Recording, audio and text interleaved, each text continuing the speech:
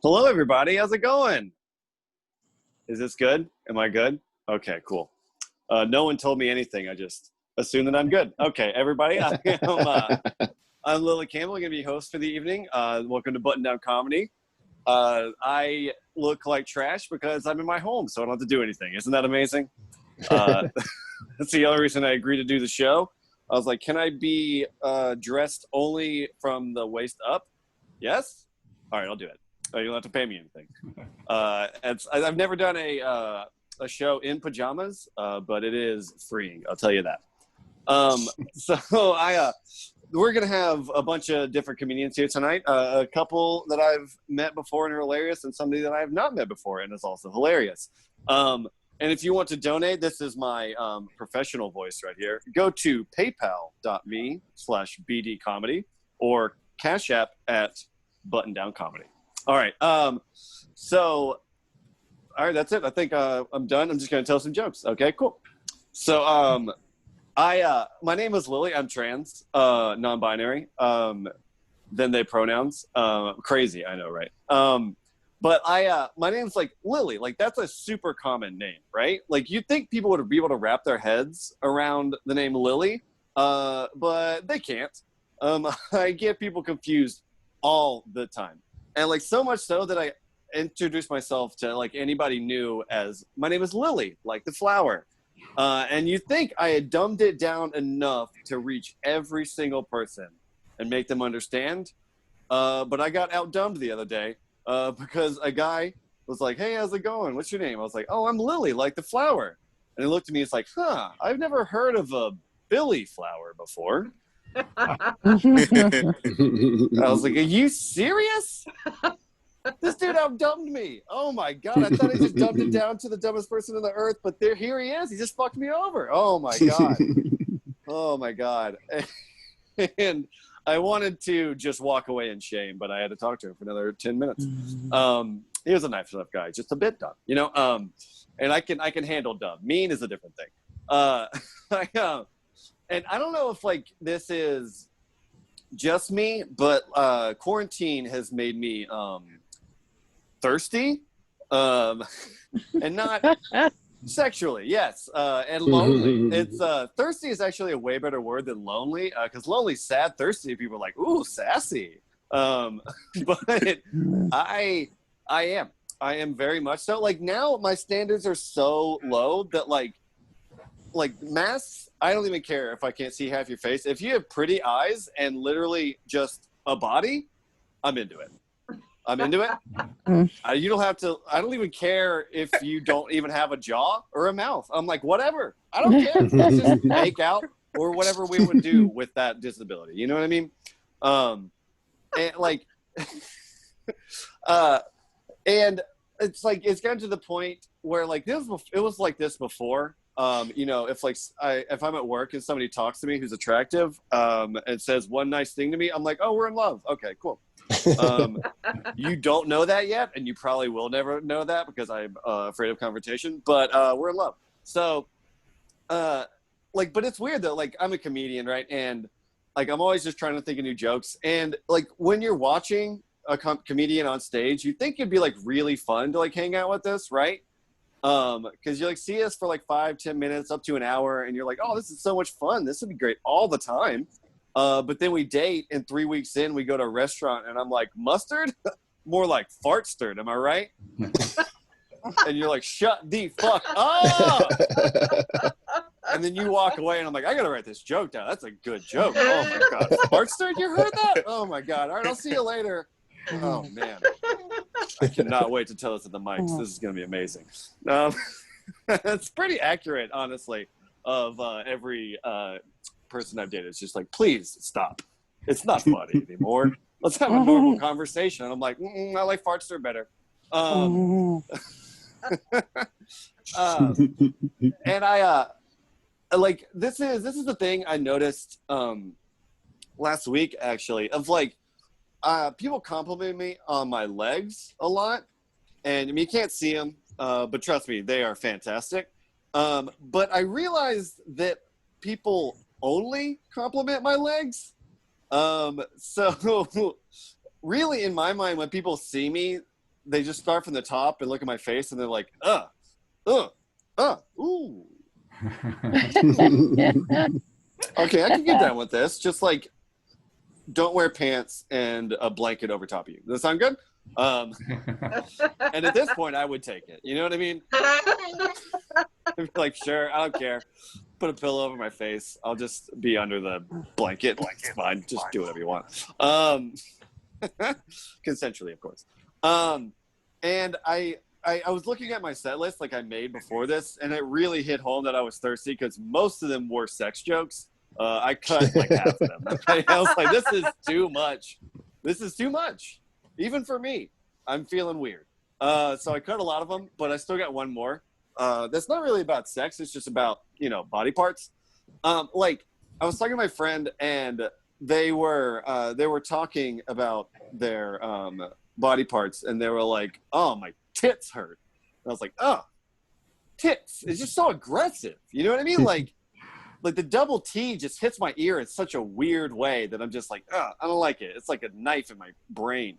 But like I tried to think of like a different, better word to use. You know what I mean? Like,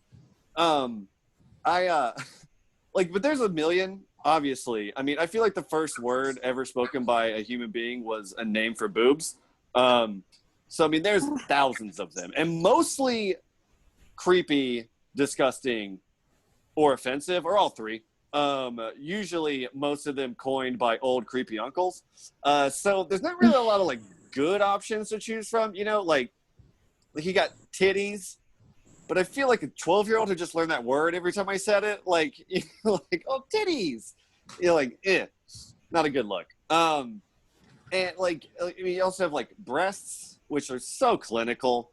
Like, I don't know, I feel like a doctor every time I say it, and I'm like, yes, I would love to look at your breasts. Like, no one's into that. And if you do, that's a very specific fetish.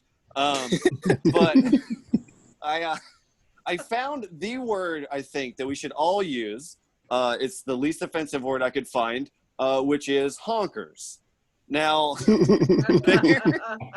it's so cute, right? Like, it's silly. It's not gross. It's not aggressive. It's amazing. And my mental image when I think of honkers are just two ducks underneath a T-shirt, which is like...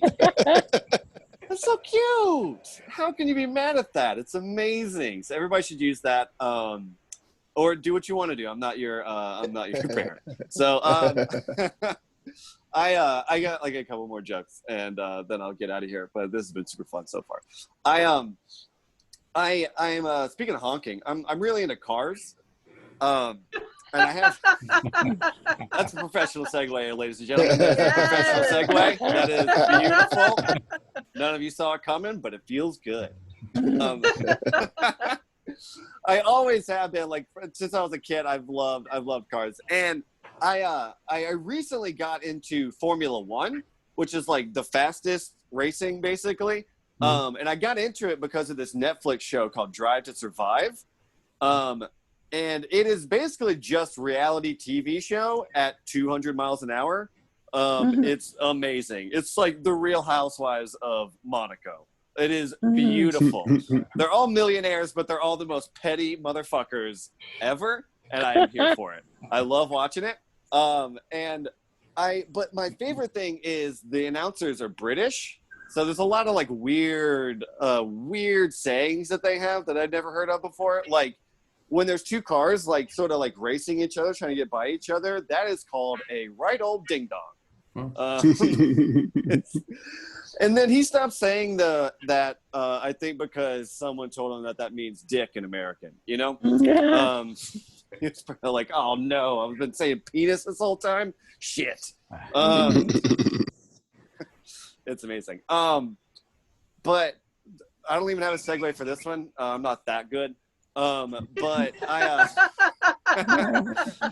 not that good yet. I really should have thought about it a little bit more, but I didn't.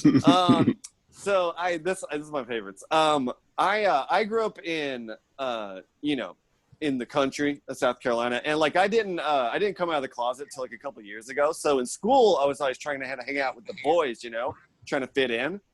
I didn't, as you can probably tell, but every single group of friends, like no matter what weird group of friends I had, we all played the same exact game. And the main point of that game was to hit each other in the balls. Oh. Now, I don't know why this spans every single race, culture. Like, if people have balls, they're gonna hit them. Like, that's it. Like, I don't know why. I still don't understand it. I was into it, and I still don't understand it. But my favorite was there was like a million names for it, right? Like, they were all different names. And this is usually where I ask people what their name for the game was, and then make fun of them. But I can't do that right now. So I'm going to tell you some of my favorite ones. Bangkok was one that someone said. A little racist, but like, okay, you know, and surprisingly about 10 people have said that. So that's one. Rochambeau is another one. Cup check is a pretty good one. My favorite name for it is assault. Thank you. All right, this has been beautiful. Okay, this is actually really fun. But my time is done. This is it, baby. It's over. Oh, I'm loving it. I love it. I'll talk about it. See, she's already got the jokes and she's not even in here yet. Oh my God. Lauren Ansley, everybody. Look forward to some more good ones. It's going to be great. But your next comedian, he told me he is relatively new to comedy and also brand new to me because I've actually never met him, but I am sure he is very going to be hilarious, and I'm going to take a 100% big stab at this name. Everybody give it up for Yash Punati. Thank you. Thank you very much. Woohoo. Thanks, guys. Thank you, Lily. How's everyone? Good. Okay, cool. Only Michael and Gio know me from all these mics, so I just would like to start off by introducing myself. First of all, I'm not Jewish, or even black. I'm not black either. So I just wanted to lower your expectations as far as comedy is concerned. But if you're looking for help with yoga positions or tantric sex, I can help you with that. That's my that is my thing. Yes. So my name is Yash, and some of the more perceptive ones among you might have guessed I am originally from India. Did you know that there are 1.3 billion of us Indians in this world, right?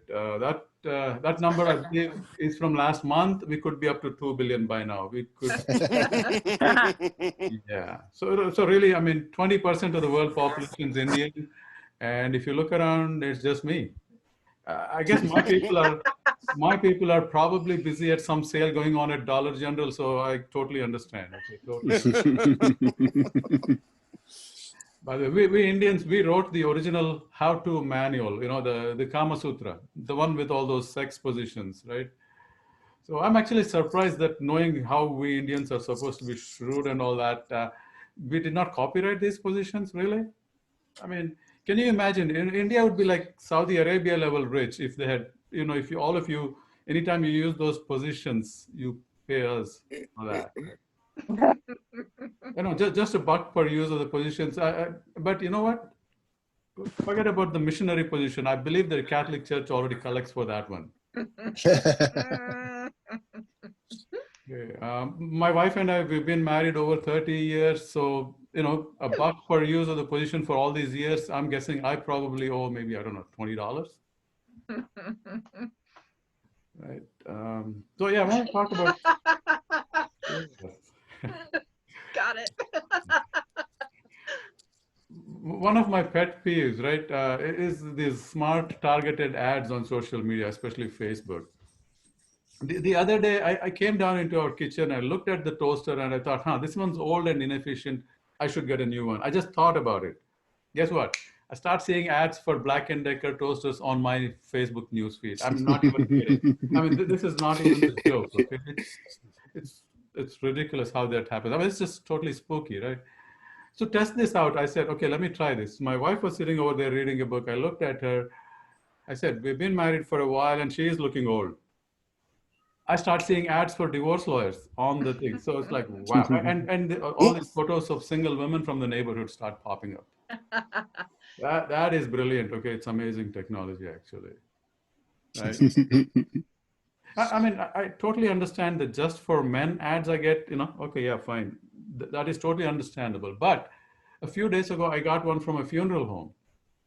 Like, wow, that totally spoke me up. Okay, I was worried, like, do they have access to my health records, and my purchasing profile maybe, because they must be thinking, this guy's cholesterol level's high, and he is clearly consuming a lot of donuts and ice cream and cheesecake.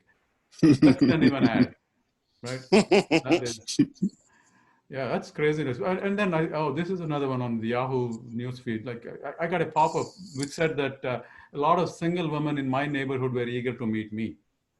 Like, wow. And then there were these photos of all these lovely women, First of all, like, why me? How did they find out about my amazing looks and personality? Right?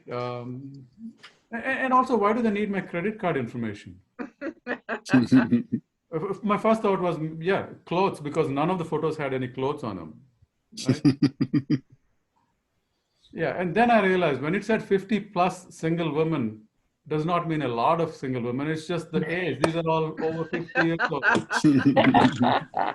That pissed me off. I mean, age-based targeting. Okay, these bastards, they saw my gray hair and I thought, fix me up with old women.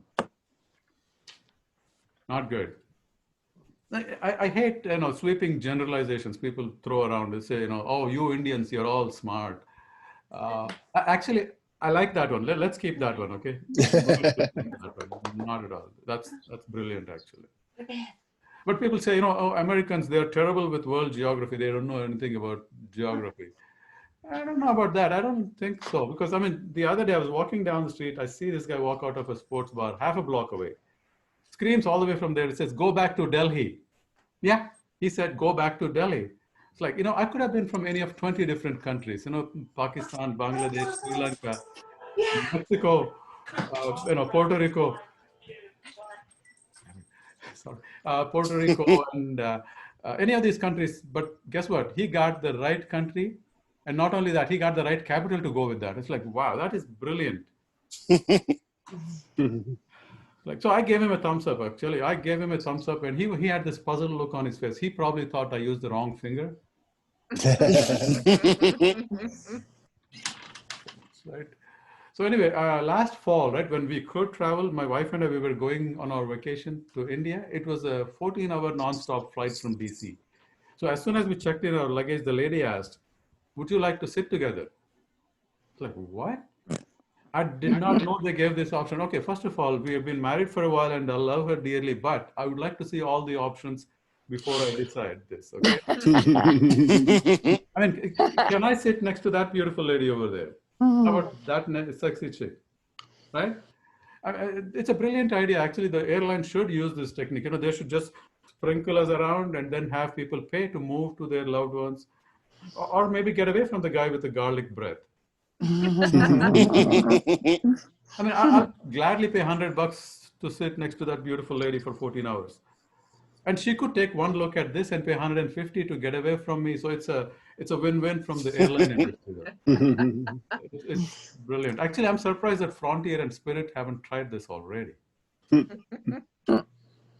By the way, it was a fun 14-hour flight with, I believe Becky was her name. So it was good. Good. Right. By the way, in all these years of flying, this happened to me a few times when the pilot comes on and announces, looks for, is there a doctor on board? And I find it a little suspicious. And I'm an engineer, and not once did they ever needed the services of an engineer, really? I mean, with all those wires under the cockpit, no? How about an overflowing toilet? You never look for a plumber, ever? The check engine comes on, check engine light, that happens all the time. You never needed our services. Okay, fine. But, I mean, you have turbulence all the time and, don't you need the services of a stand-up comedian to calm the people down? Yeah. But you know what? Forget about that comedian bit. Because at 30,000 feet, no one wants to see a brown guy kill or bomb, okay?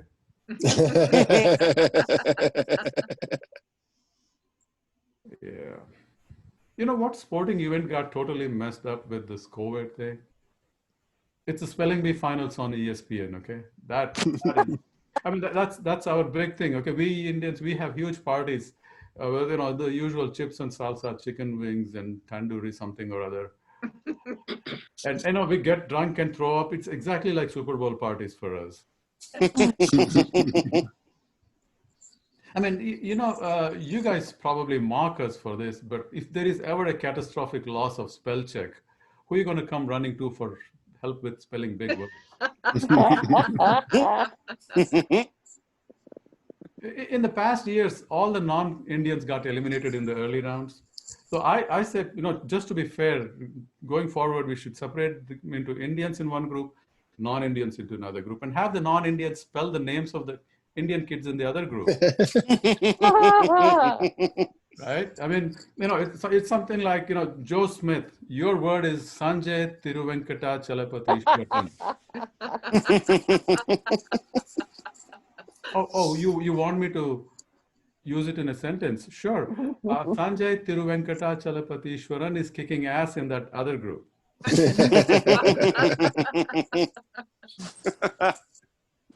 All right. With this, you know, staying at home all these months, you know, I've been binge watching The Marvelous Mrs. Maisel on Amazon. Love that show. Brilliant, brilliant show. If you haven't, you should check it out. Okay. It's about a Jewish housewife in New York City in the 60s who wants to become and does become a stand-up comedian. Brilliant show. Okay. After watching this show, a guy like me, you know, essentially a putz like me, gets the chutzpah to get up here and do my shtick and pretend to be funny. Boy, way. You know, I started calling my wife a shiksa and asked her to make me brisket the other day. Holy cow, I think this show is rubbing off on me. That's my time, guys. Thank you very much. Thank you, thank you. Yash Punati, everybody. Okay, that's good. That's good. Relatively new, still killing it. So I guess I'll probably read out these donation things again. You got PayPal. I'm not going to show you my fucking handwriting. Please don't make me show you my handwriting. PayPal.me/BD Comedy and a Cash App Button Down Comedy. Please. We're all, you know, clowns who need to be paid. That is a perfect description of all of us. So if you want to donate, please go to those. I think at the end there will be a poster up on screen that'll show you what to do as well. So your next comedian, she also, nope, I'm not gonna do that. I think she runs shows as Beerly Funny, right? Right, Lauren? Yeah, that's right. Hell yeah. Okay, I remembered. Hell yeah. She didn't even tell me to say that, and I remembered. All right. She is also from Charlotte, North Carolina, and very hilarious. Everybody give it up for Lauren Ansley. Hi. Let's try that again. Give it up for Lauren Ansley. Woo! Yeah! I need that for my ego. Thank you. Thank you. So before we get started, I wanted to make two quick announcements. The first is during Lily's set, I went on to Facebook Live and I commented, fart start, ha, ha, ha, ha. I'm the only comment. I'm very uncomfortable with that being the only comment and being for me. So if you all have a chance after the show to go to the Facebook Live and comment, please do. Otherwise, I'm going to look insane. Also, I want to mention my mom is on the show with us. Hi, Mom. Hi. And my mom has figured out, she's been on a lot of my Zoom shows, and she's figured out how to private message me on Zoom. So she private messaged me and said, my video makes me look very pale, like I am in black and white, and the background is in color. First of all, Mom, you're right. But second of all, it's because I haven't been outside in 5 months. I am powder now. Those went over really well. Okay, cool. So, as you can see, this is volume 10 of Button Down Comedy, and I am thrilled to be on the show. This is my first time being on the show. So I actually did a little top 10 list of top 10 jokes I wanted to share with you all this evening. So I'm going to do a fancy screen share, and we're going to do a top 10 list. Oh my God, look at this. How fun is this? Okay. I really need to get out more. Okay. So here's my top 10 joke list. You all ready? Yep. Yeah. Woohoo! Top 10 jokes in honor of Button Down Comedy's 10th show that I could think of while I was waiting for the show to start. Let's do this. Okay. Number 10. 7 years ago, my ex told me that I had a hard time letting things go, and I'm still pissed off about that. Joke. Joke number 9. Did anyone else almost run out of toilet paper in the pandemic? Anyone? Just me? Okay, so for me, I don't know. It was very go and touch. No. Do I need to make myself a little bit like, Okay, so I actually was, when all this started, I was like, oh man, I have so much extra free time. I'm gonna go to the grocery store. I'm gonna buy all healthy food. I'm gonna start cooking at home. So I made this long list to go to the grocery store, and they were closing in 10 minutes because they were closing early, and I didn't know this. So I freaked out, right? Because when was I going to be able to go to the grocery store again? Turns out I could have gone the next day, but I freaked out in the moment. So I ended up panic buying 23 frozen burritos and 16 chicken pot pies and a cooler to put all of that in, because my freezer at home was already full of frozen burritos and chicken pot pies. So it was like the worst supermarket sweep ever. Okay, next joke number 8. I have been reading these backwards, I realize, so everything is out of order. Oh, okay. So I actually splurged a while back, and I got a house cleaner to come and clean my place, and it was my first time using her. And in the kitchen, she didn't wipe down any of the surfaces, so they were still dirty. And I was thinking that was weird, because why wouldn't you wipe down everything? It seemed really counterintuitive. Oh no. I am doing so well. Joke number 7. So people are surprised to find out that I do stand-up comedy, and I do want to mention, shout out to George for having us on the show, because only about 20% of stand-up comedians are women, 80% are men. So there's definitely way more men in stand-up than women. And I've been told that I actually don't look like a stand-up comedian. I look more like I'm about to ask to speak to the manager. That is fair. I also enjoy doing that a lot. But I love stand-up comedy. I've learned a lot throughout doing stand-up. Because it's male dominated, when I first got started, I was like, okay, this is a dating gold mine. That's a terrible idea. So what does every other straight single woman want in a man? Besides a nice, thick, big, juicy 401k package. Sense of humor, right? So all these guys I was meeting, all these male comedians already had girlfriends or wives or standards.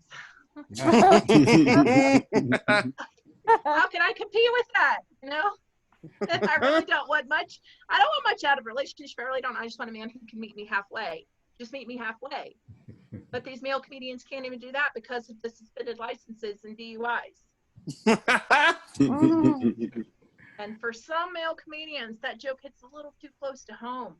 Here they are because they can't drive. Joke number 6. I'm also somewhat tall. You can't tell because we're virtual right now, but I am actually very tall for my age.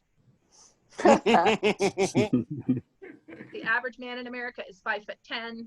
The average woman is 5'3". I'm 5'13". So awkward, self-conscious about my height. So I choose to focus on the positives of being all the way up here, right? Like big advantages. Like you can assist the elderly by reaching things off the top shelf at the grocery store. Okay. I could, I just choose not to. Correct. Am I right? Correct. Next is strangers like to constantly ask you random questions, and that can be kind of interesting, but the random questions inevitably always end up being, wow, you must have played basketball, huh? Trust me, you can't see this whole rock outfit I'm rocking, but I do not look athletic. Okay. Nothing about this is athletic. I don't run. The only court I'm running up and down has the word food in it. That's only if the mall's about to close. So, but the biggest advantage of being all the way up here is that your friends can easily find you in crowded places. Yep. Okay, everyone, if we get separated, let's all meet back at Lauren. Really, Mom? You started it. Started the trend. Okay, joke number 5. Does anyone else, is it just me, or does anyone else get turned on by light bulb puns? What? What? That was the joke. Okay. Slow. All right. Joke number 5. Does anyone else get turned on by light bulb puns? Got it. You know what? I thank you for that, because as a comedian, I don't really want laughter. I just want to hear someone say, got that. And then we can just move on. Joke number 4. Okay. I have been told, in addition to looking like a manager, I've been told I look like a soccer mom with 32 Capri Suns in the back of my SUV. But joke's on that guy, because I don't have any kids and I drive a Honda Accord. Okay. All those Capri Suns in the trunk, those are all for me. Those are self-care Capri Suns. Does anyone on the call tonight have kids? Anyone have kids? Yep. Yep. Oh, Mom. Okay. Yash, you've got 2 kids? Yep. I don't have any kids. It's not that I don't like kids. Wait, it's because I don't like kids. But a lot of my friends say have kids, and I'm not going to say I don't like their kids to their faces. Just growing up, I was never very maternal. I did a lot of bad babysitting. Like, I only got asked to babysit at the last minute as a last resort, which is just like how I got invited to prom. And so I was babysitting for this one kid once, and he was like, Sally usually babysits me, but Sally had a date tonight. Well, Johnny, that's because Sally's dirty little, you know what, never mind. Why don't you just run along and find me a pair of scissors and bring them back really fast. Joke number 3.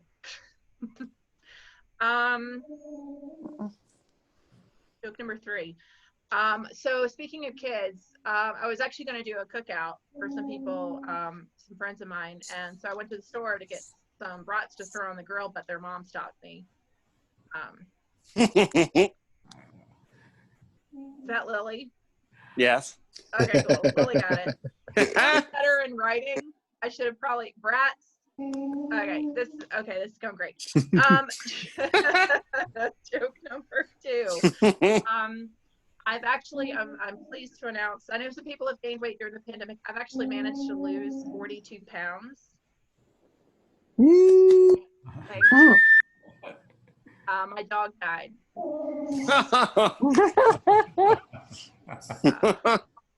Weighed 42 pounds. I know, it's very sad. It's very sad. And one of the things I loved most about my dog is he was always encouraging me to be more active, because he loved to go for walks. And don't get me wrong, I still walk him. It's just become a real drag. I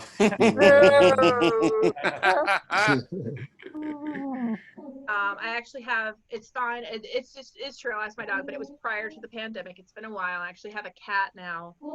And that's going really well because I don't like her nearly as much. So she's basically like a passive aggressive roommate.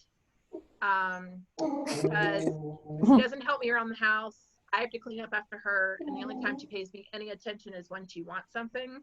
I'm single, but I also know what it's like to be married for 10 years. So, learning experience there.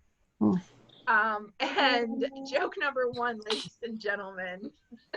I always like to make sure that I impart some wisdom on everyone.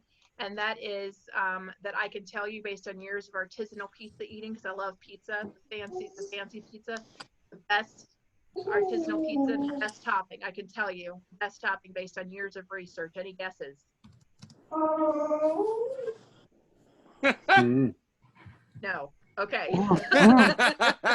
Best topping on a pizza is another pizza. I can also tell you years of artisanal pizza eating, the best place to find artisanal pizza. It's actually located in Charlotte, North Carolina, where I live. It's tucked in this little shopping center. It's very unassuming. It's actually a Spanish restaurant. Who would have thought, right? Spanish pizza. It's called Yes Yeses, or in the traditional Spanish, CC's. Guys, muy bueno. This is where I'd like to thank you, and I will gladly receive a standing ovation.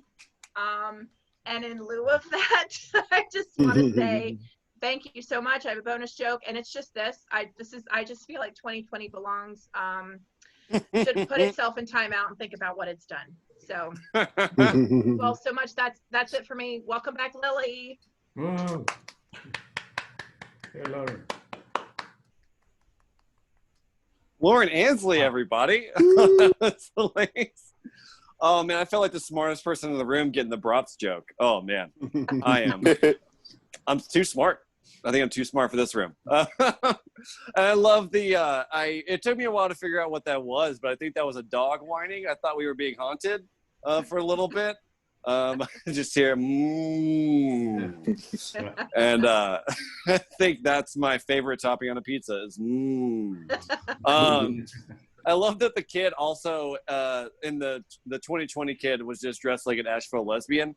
That's just sort of nope, just me. All right, got it. So your next comedian, everybody, has a bit too inside baseball for Asheville lesbian culture. But that's just sort of what you do: a plaid shirt and ill-fitting jeans. Okay. So your next comedian, the headliner of the evening, which we saved the best for last. He is one of my favorite comedians in the world. In the world, yeah. Oh, thank you, Petey. Yeah, that's. Only because you're here and you can hear me. But he is absolutely hilarious. You're going to love him, everybody. Give it up for Petey Smith McDowell. Oh, thank you. How are you guys doing tonight? I don't know how I'm going to top Lauren. Lauren came like fully prepared. I feel like the kid with like she was like very summa cum laude of this graduation comedy class, and I'm coming in here like, who here likes paper mache volcanoes? But no, thank you, George. Thank you, everybody, for being here. I like to see. I went out today for the first time in a while, and I just want to give like the whole people in the world congratulations on the mask. I think we've come very far as a society with the mask. Like that first week of masks, like when we all had on like pillowcases and dinner napkins, and like we have came a long way as a country, and now we all look like Scorpion from Mortal Kombat. I think we have mastered mask, and I'm really psyched about that. I've had to hang out with my family since COVID. I don't know if anybody else has to, so it's been great. But I've not been able to hang out with like the cool older people in my family. I have to hang out with like all the youngest generations. Like I have to hang out with my like niece, and we played like the old fashioned game Restaurant. And I was like, oh, I graduated college. I know how to play Restaurant. I'm cool. So I play Restaurant with her, and she immediately goes, welcome to my restaurant. You don't have a mask. You need to get out right now. And I just freak out. And so I was just like, well, I want to talk to a manager. And she said, I am the manager. And I said, well, I'm going to write a terrible Yelp review. She said, do it. So that's how restaurant is now played now. I had to go to the gas station today, and I realized even during COVID, you can still get hustled. I felt like we were all one as a country, and we were all not going to hustle each other during this time. But nope, hustling is still going on. But I'm now wiser for it. Like, I know when I'm being hustled now. Mm-hmm. Like, if somebody comes up to me and says, like, hey, big man. Like, I know I'm being hustled. Like, I'm not big. I'm 5'8" on my birthday. Like, I know you're just kissing my ass. Like, you're trying to get something out of me. So I'm really shocked about that. So I think the way we bring that back as a country and a society is we need a dance craze sweeping the nation, because the nation is always happy when we have a dance craze sweeping the nation. In college, like when I was in college, the dance that was really cool was the jerk. Like, and I used to go out AB Tech and just scream out, "Oh, y'all, these two motherfuckers about to have a jerk off." So I think we need that to come back. I have watched everything in quarantine. I've finished Netflix. I have finished Hulu. I have finished Disney Plus. And now, once we get out of COVID, I'm going to murder karaoke by just doing all of Hamilton. Like the whole 2 hours and 45 minutes of the karaoke. I'm just like, I'm not throwing away my shot. I'm going to need really more shots. So be prepared for that. But I'm also like haunted by like the Instagram memories. I don't know if anybody's ever like Instagram just like kind of like, hey, remember this happy time in your life or this bad time? We're just going to remind you of this. It reminded me like I usually go cruising around this time of year during hurricane season because it's cheap as fuck. So it's like I remember like the first time I got on a cruise, it was an unprofessional cruise. We got on the cruise ship and the captain got on board and he was just like, okay, passengers, we are at a safe distance from the hurricane. But if you go out on deck, you can see the hurricane. And I was just like, I'm not doing that at all. But then like a sea of white people ran to the front of the deck because they had insurance. And then all of a sudden, like the captain got back on the horn and did like even more unprofessional stuff. He just got on there. He was just like, hey, y'all want to get close to the hurricane? And it was just like, no, I don't want to do that. I don't want to do that at all. I don't have a life jacket. I can't swim. Like, I'm that black. Like, I live on like Martin Luther King. I'm that black. I can't swim. I have low credit. Like, I'm that black. I've also realized during this, I have dyslexia. I've actually always had dyslexia. I've always known that, but it really like staples in during COVID times. Like, I usually look up music credits, and I was looking up music credits for the Aerosmith. I'm a big Aerosmith fan, and I was like, oh, I wonder like who produced the song.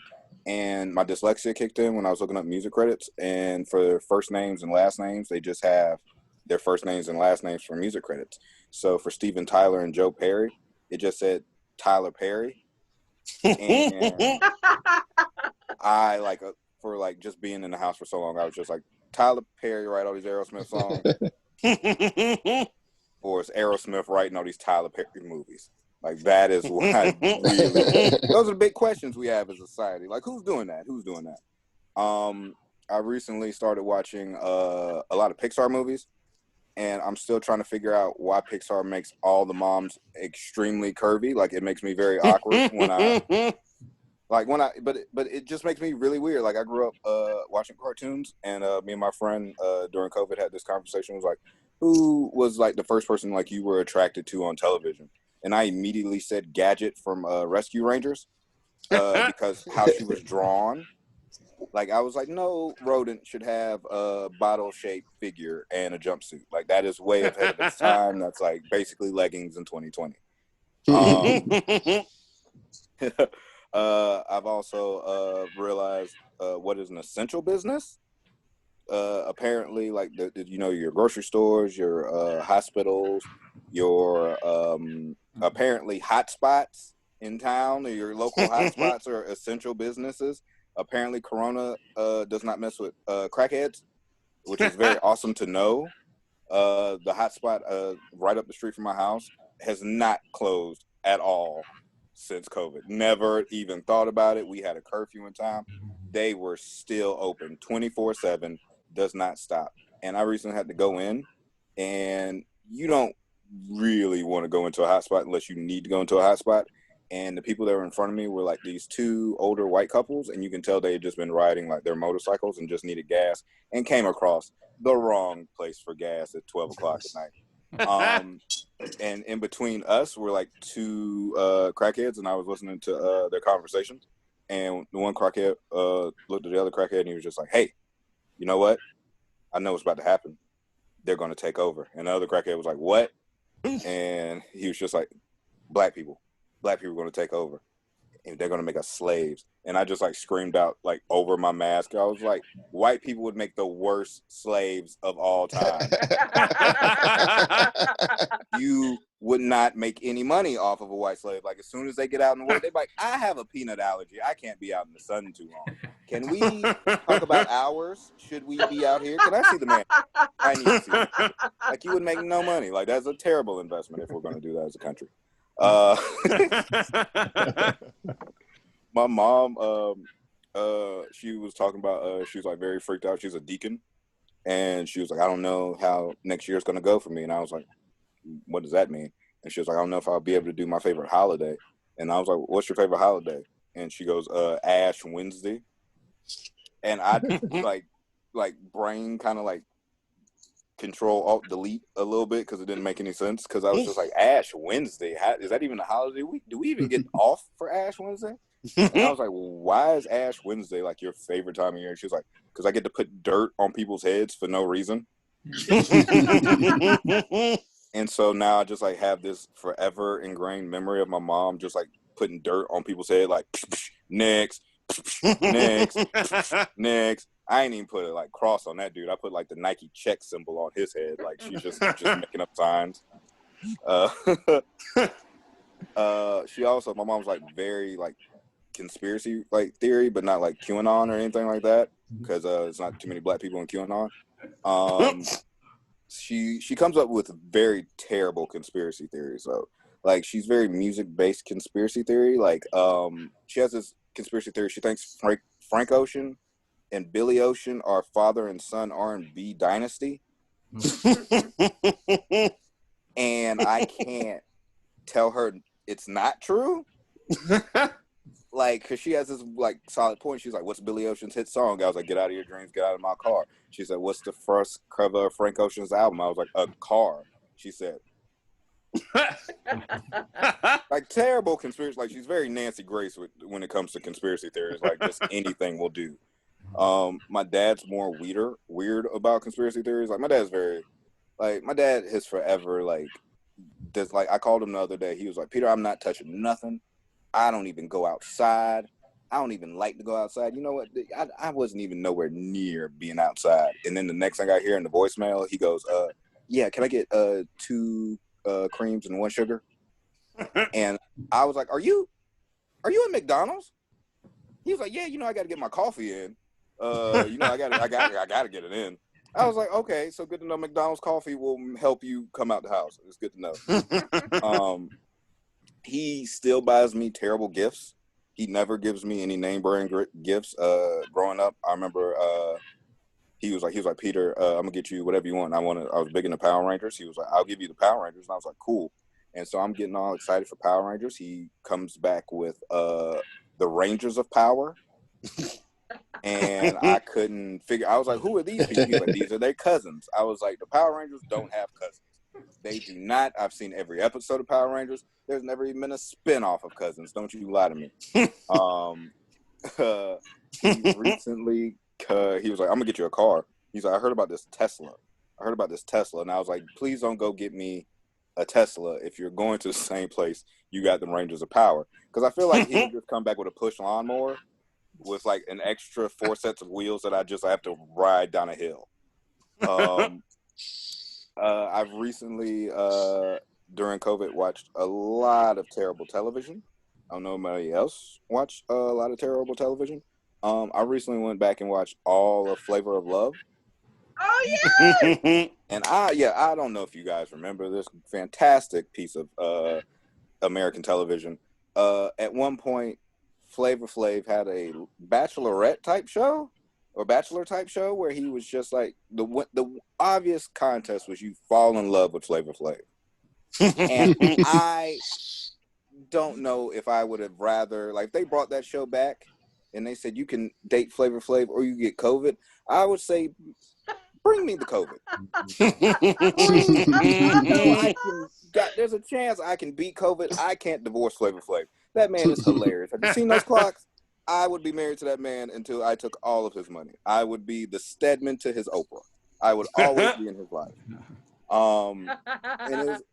And it was very weird because it was like I went back and I was like, oh, after watching Flavor Love, I was like, I'll go back and watch The Bachelor. And you can't really do that. It's like doing crack and then smoking weed. Like you can't go, but you can't do no. It's like because there's like an episode of Flavor Love where like one of the girls just like takes a dump on the stairs, and she stays for like 5 more episodes. It's like The Bachelor, like the girls on The Bachelor would be like, I don't know how to stand out. I don't know. How can I continue to be on the show? And I was like, well, apparently on Flavor Love, all you gotta do is take a shit on the stairs and you'll be here for like at least half of the season. So I think that's like going to be like my like audition processes for like any show. Like I've auditioned for like, I sent an audition tape to Making the Band during COVID. I don't know if you guys remember the show Making the Band. Making the Band is currently being reproduced by P. Diddy, Puff Daddy, P Dizzle for Shizzle, whatever he's calling himself these days. He's redoing it, but he's putting his kids as the judges now. And then I had like kind of a bad idea because I was just like, I don't know if I could. I didn't feel comfortable. My anxiety kicked in because I didn't want a bunch of little ditties judging me on my little ditties. That's like gonna be my only like dumb pun joke. I wrote that. I was like, I'm only gonna do one. That's the only one I wrote in 6 months. That was the only one. That's it. I'm like reverse Louis C.K. I write one pun ever.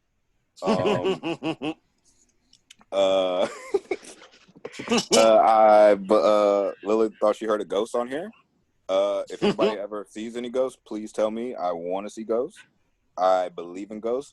I actually put lies upon ghosts to get out of certain situations. And I've done this my whole life. First time I've ever did this, I know some people are like, how can you lie on a ghost and just get out of situations? I'll teach you. I used to grow up with this kid named Caleb. Caleb was like, he's like most kids named Caleb. He's annoying as fuck. And he used to be like, Peter, we're going to be friends. We're going to be friends. You got to be my friend. And I was like, I do not have to do any such thing at all. I'm 8. I can do what I want. But then his mom and my mom started working together. So he was just like, I have a birthday party. You got to come. And my mom was like, you got to go to Caleb's birthday party. And so I went to Caleb's birthday party, but I tried to get out of it every step of the way. And the way I got out of it was Caleb got a Ouija board for his birthday. And so when they were like, let's play with the Ouija board. And I was the only black kid there. And so I immediately start spelling racial slurs in the Ouija board. And every time after that, Caleb would be like, Peter, you gonna come back to my house? I was like, I don't know, Caleb. You got some racist ass ghosts at your house. I don't feel comfortable being there at all. I believe that was Ulysses S. Grant that you have in your home that was built in 1993. I don't know. I don't know how specters work. Like I want to believe in ghosts. Like I really want to believe in ghosts. Like I used to go to the Grove Park Inn, and the Grove Park Inn has a famous ghost called the Pink Lady. And I think that's the only color you can do that with is the Pink Lady. Like you can't really do that with any other color because you can't be like, oh, did you see that black lady? You was like, yeah, I saw her at Baggage Claim. She was really mean. Like, did you see that white lady? Yeah, she's everywhere. Like you cannot do that with any other color. But Pink Lady. The Grove Park Inn, and I used to work at the Grove Park Inn. I've worked in like every job in Asheville twice. One of my favorite jobs of all time was the Biltmore House. I used to work at the famously owned Biltmore House. And my favorite thing to do was like go on break and like jump in those little tiny beds and just like scare the shit out of field trips. Like little kids on field trips, like I would just jump out the little bed and be like, I'm George Vanderbilt's black grandchild, and like scare the shit out of them. I used to work at Tar Wheels. It was a famous roller skating rink that we had in town. And one hilarious story that we had there was we had a elderly person want to come and ride rollerblades. And then when I say elderly, I mean elderly. Like, I mean, like, she is like Ruth Bader Ginsburg's mother's age currently. Like, that old. And I was working the skates, and I was just like, oh, we have like this very slower, like bigger quad skate that you can have. And she was like, give me rollerblades. And I was just like, oh no, this is not going to end well. And never judge a book by its cover, because this was the oldest lady I have ever seen since like a page in National Geographic in the 80s, like extremely old. But then she started skating like a young person in her 20s, to the point where like there was like young people trying to skate with her, and she was just like, nah, kids, get out of my way, doing my thing. And then all of a sudden she falls, and I panic, and instead of going to help her, I just pulled the fire alarm. I didn't know like what I felt like if there was if an older person falls, I just will no matter what find the fire alarm. I will carry one on me now. The fire alarm, like the ambulance came, and the people, she got it back up and just continued to skate. But I was just so nervous that when the fire truck came, they were like, what's the emergency? I was like, oh, one of the Golden Girls had a fall. And that's how I got fired, because it turns out she was she was like mayor of like a town in Tennessee. And she had walked by and heard me say one of the Golden Girls had fallen, and they let me go the next week. But it was cool because I got my next job. My next favorite job was I was working as Teddy Tourist, which was our minor league baseball team's mascot, and he was a teddy bear, and he would wear Hawaiian shirts. And as I was on my third week of that job, and one of my buddies was like, hey, Peter, you want to do something? I was like, yeah. And I was like, what am I doing? And they were like, you're going to do acid. And I was like, cool. And I was like, there's only like 3 black people who's ever done acid. It's like me, Jimi Hendrix, Andre 3000, George Clinton. Like, I thought I was making history. I was like, cool, we're good. And I thought acid like comes like, I thought it just, you get high and it just goes away like weed. And I didn't know it comes in waves. So I start tripping at work. Like, I was putting on like my bare paws and my bare pants, and I put on my hat.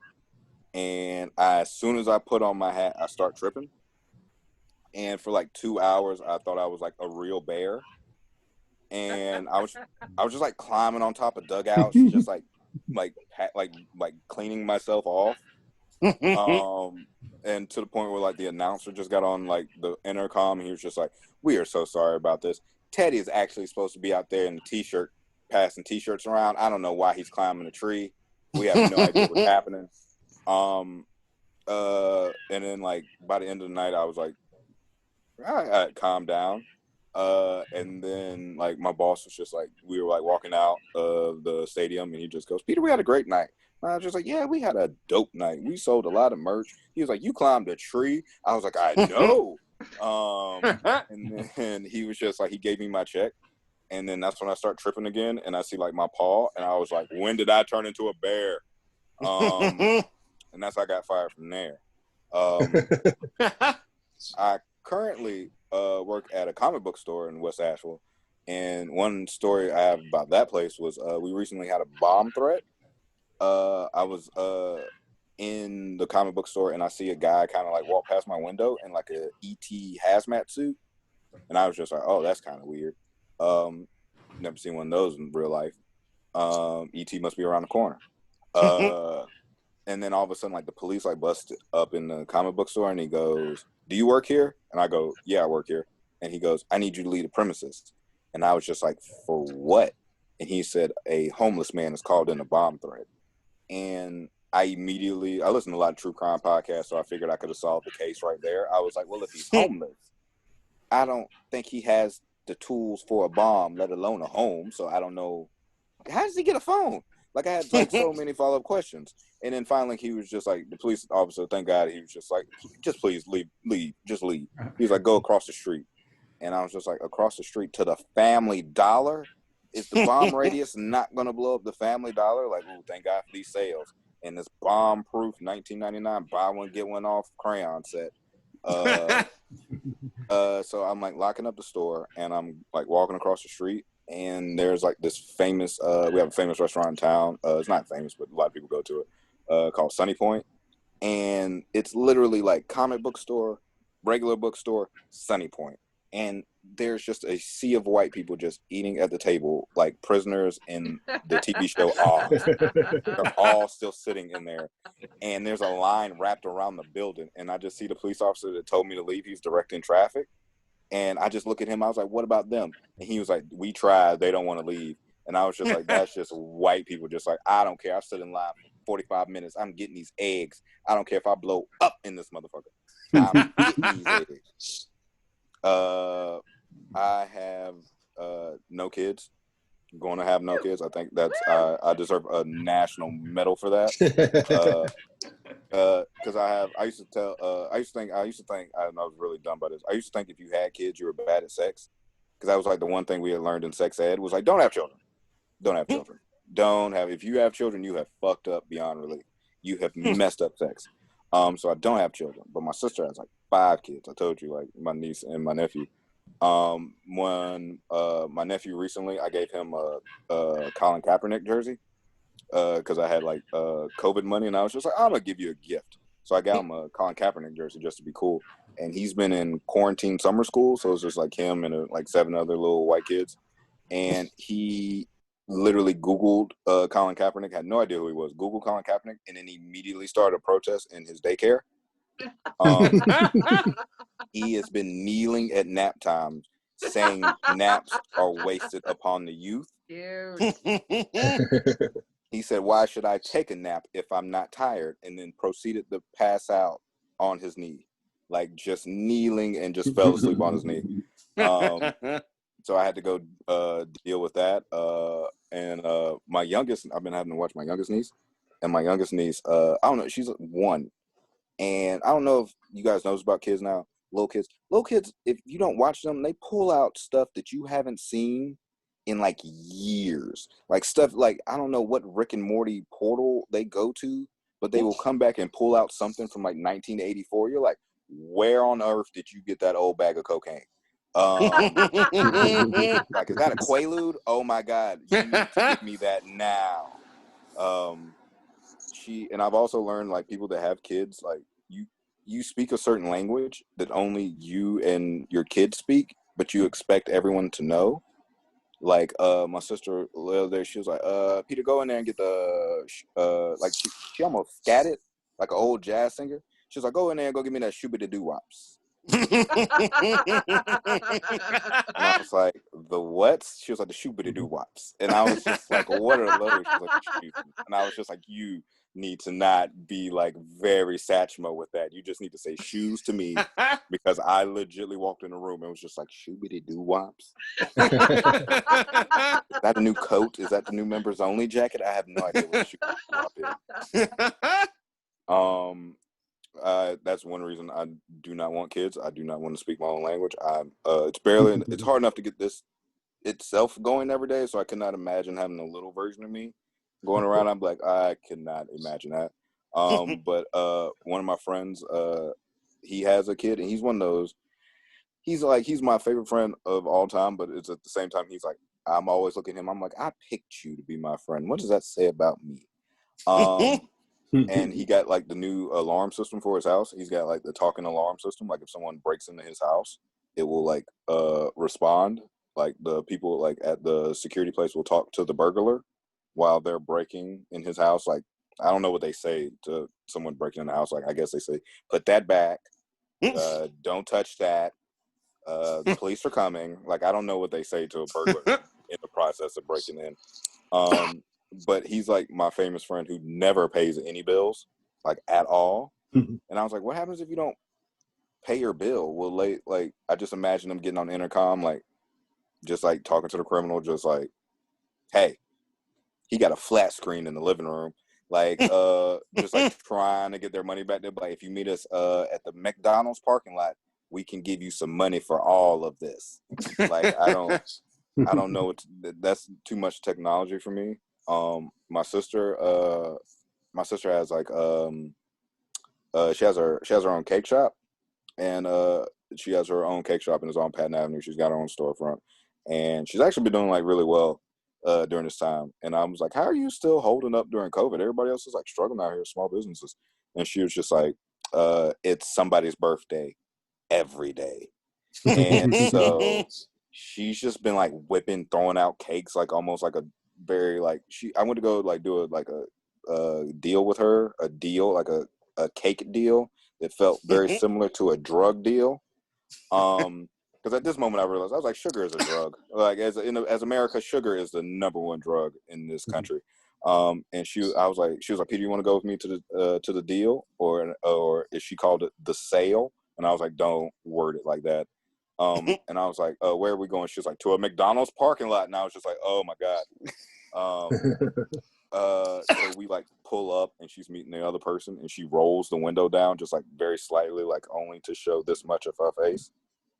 And she just goes, and then the other car just goes, and then she just looks at me and rolls the window up and she goes, if anything happens, you know what to do.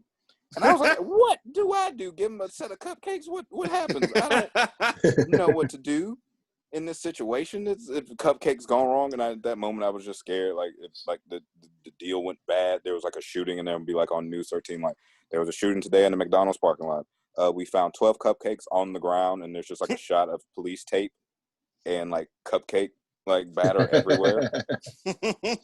I recently there's a comic I live really close to named James Harrod, and I always try to get James to come out the house and play basketball during COVID, but he doesn't want to because the place that we live took all the goals out off of the basketball goals, and they had put the police tape around the basketball goals, and then also they put the police tape up around the play area for the children. And I immediately was just like, was there a tiny murder at the playset? And I immediately start writing baby Law and Order. Like there's like crimes, there's like crimes happen all the time, even on the playground. Doom, doom, doom, and just like produced by Dick Wolf. And it's like Law and Order Playgrounds. I sent that to NBC. I don't know if they're going to use it. So if you do see it, tell me so I can get my money. I like Lily laughed at that because I feel like Lily watches a lot of Law and Order. Yeah. I recently, during this time, picked up a lot of hobbies. One hobby I picked up was underwater basket weaving. It's just me going in my tub and just holding my breath and just getting a bunch of dollar store baskets and then try to break them apart and then put them back together, trying to get my stamina up. Because I've realized, like, while wearing masks during COVID, I have no stamina at all. Like, I went shopping around like Ingles, and by the time I got to like the milk section, I was just like sweating. Like I was like, I need a break. And then I sadly like coughed, and everybody in the store just like looked back, and I was just like, oh, I'm so sorry, AIDS. And the whole place was just like, ooh, and then proceeded to go back grocery shopping. I have gotten to one fight during COVID, but it wasn't like really a fight. I was just like kind of like forced to do something. I was going into Ingles, and I thought this was like the greatest idea ever because it totally worked. It made people like put on masks and like be really cautious about like what's going on in the pandemic. Ingles had a black woman in the front passing out the carts, and this one old white guy came up to her and just was like, hey, is this cart clean? And she just goes, motherfucker, what do you think I'm out here for?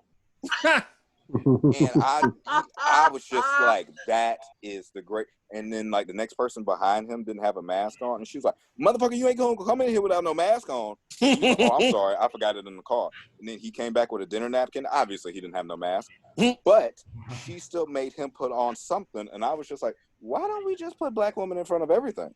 That would get that would just, you'd be like, yes, you just listen. I was like, I listen to my mother even when she has the shittiest of ideas. She legitimately looked at me the other day and was just like, Peter, you know what I'm going to do?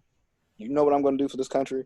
And I was like, what are you going to do for this country? She said, I'm going to save this country. And I said, you, Glenda McDowell of Western North Carolina, is going to save this country in the middle of a pandemic. And she said, yes. And I said, how are you going to do that? And she goes, with baked goods. I said, I was like, your own daughter has a cake shop and that's not working. So I doubt your baked goods isn't going to work. She said, who can turn down an apple pie with cobbler? She said, you are the devil if you turn down apple pie and cobbler. And I was just like, that is the most Southern thing I've ever heard in my life. And at that moment, I think I kind of realized like my mom it's maybe time to put her in the home. Like it may be time to put her in the home at that moment. At that moment, I looked at my sister and I was like, hey, you got this. You got this. You the older one. You the older one. You put your signature on that paper so she's not mad at me. But I have all this on paper. I've written it all down. I have recently started contemplating things I love. One thing I love is Batman. I love Batman. Like I really like the character Batman, but at this moment I've realized Batman is he is the supervillain. And like I've recently watched like a lot of Batman shows, and I've realized like he drinks and drives a lot. Like he just leaves a party, takes a shot, and just drives a Batmobile. And just never gets pulled over because he's Batman. I went back and watched the old Batman and Robin Schumacher movies. I don't know if anybody's seen those movies. And then I had a Vietnam flashback to me being little. And the first time I ever said a cuss word was during that movie. In the movie theater. Me and my mom went to go see that movie in an empty movie theater. That's how bad that movie was in the 90s. Nobody was in that. I believe they all went to go see the Power Ranger movie instead. So we're in the movie theater, and it's the one part I had just learned what the banking system was, and like learned like going to a bank teller and filling out like a check deposit and withdrawal and all that. So I was just like, okay, that's cool. And so I went to go see that Batman movie, and in the middle of that Batman movie, Batman and Robin are competing to like basically it's like an auction, and they're trying to win Poison Ivy. And all of a sudden, Batman whips out a credit card. And at that moment, I was like, does he stand in line? And on the credit card, it said Batman. And I was just like, does he stand in line at the bank with his cape in full regalia? Just like standing in line. And at the end, they were like, oh, Mr. Batman. Oh, let's check your account. Oh, you got a lot of money, Mr. Batman. Oh, would you like a sucker, Mr. Batman? We'll throw a sucker in there for you. But no, that's my time, you guys. Hey, Petey. Oh, thank you. Wow, I'll take my bow. Petey Smith Mcdowell, everybody. Oh my God. Oh, it caught me off guard. I didn't know you were going to say it was your last joke, but I told you he's amazing. I fucking love him. Oh man, a lot of good jokes that I hope I hear like 1,000 more times. In when person. we all start in person, Yeah. Exactly. We all start going to open mics. I cannot wait. All right, y'all have been so much fun. This has been amazing. I really needed this after a long week. But yeah, everybody you've seen here tonight, just find them on social media, probably. Yeah. Let them know that they're cool, right? Okay, cool. That sounds good. Yeah, and donate. I will. Yeah, okay. I'll say it one more time. PayPal.me/BD Comedy or through the Cash App Button Down Comedy. That's it. So please donate. That'd be great of you. Thank you very much. See, there they are. Boom. Oh, Lauren's doing it. She's not even putting the show on. She's fucking producing over here. Jesus Christ. It's just, She's an A student. Exactly. Summa cum laude, I think that's what you're called. All right. Oh my God. Okay, well I gotta come down from this energy. I am sweating over here. So I hope all of you have a great night. And George does these all the time. So keep follow Button Down Comedy on Facebook. Yep. And you will get the info for the next show. They're all amazing. I've done one so far, and it's the most fun. So, all right, everybody, have a great night. Thank you. Thank you. Bye. Guys. Thank you. Thanks a lot. Thanks, everybody. Great show. Great show. Thanks, George. Thanks, George.